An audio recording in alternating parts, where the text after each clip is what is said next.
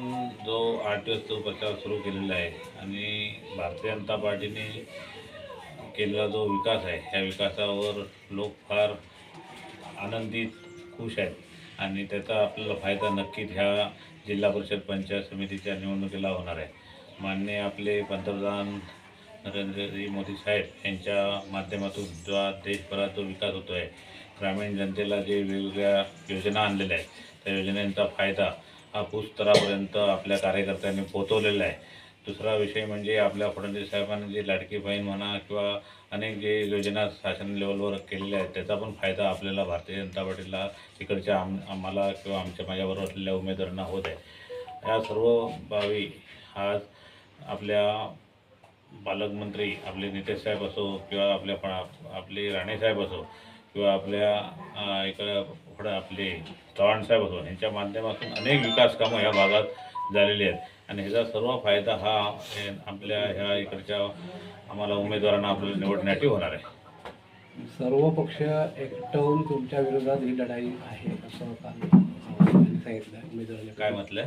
सर्व पक्ष एकटवून आम्ही लढाई तुमच्या एका व्यक्तीविरोधात आहे, त्या विरोधात तुम्ही काय सांगाल?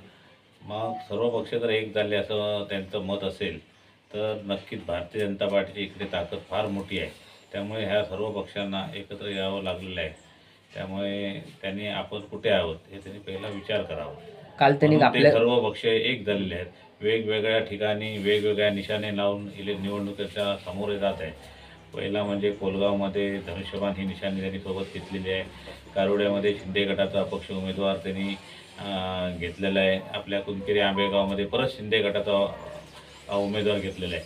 त्यामुळे हे सर्व जर आपण पाहता, तुम्ही जर एखाद्या पंचायत समितीला जर निवडून आणायचं असेल जिल्हा परिषद सदस्याला आपल्या पंचायत समितीचा उमेदवार, मग किती उमेदवार पाहिजे हे तुम्ही लक्षात घ्या. पहिलं म्हणजे आपल्याला एकच उमेदवार घ्यावा लागतो. यांनी 2-2 पंचायत समितीसाठी उमेदवार घेतलेले. मग तुम्ही मला सांगा, मग जनतेची फसवणूक आहे की मतदारांची फसवणूक आहे की कोणाची आहे सांगा? काय त्या उमेदवारांची फसवणूक हे करत आहेत? हा पण एक तुम्ही पत्रकार म्हणजे आपल्या ह्या तुमच्या प्रेसद्वारे हे तुम्ही जनतेपर्यंत पोहोचवलं पाहिजे. एका पंचायत समितीला एक उमेदवार असतो, ह्यांनी 2-2 उमेदवार घेतले.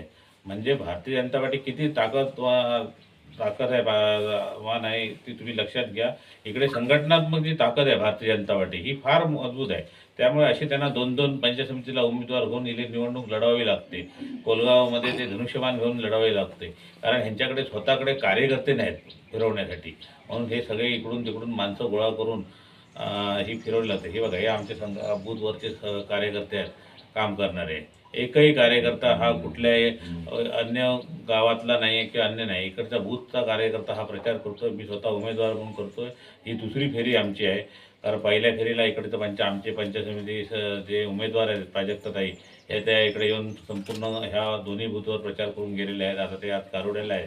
आता बघा आमचे मी आता स्वतः ह्यांच्यावर आज दिवसभर इकडे ह्या दोन्ही बूथवर फिरणार आहे. त्यामुळे हे सर्व जर संघटनात्मक ताकदीच्या ह्यानी होत आहे, लक्षात घ्या.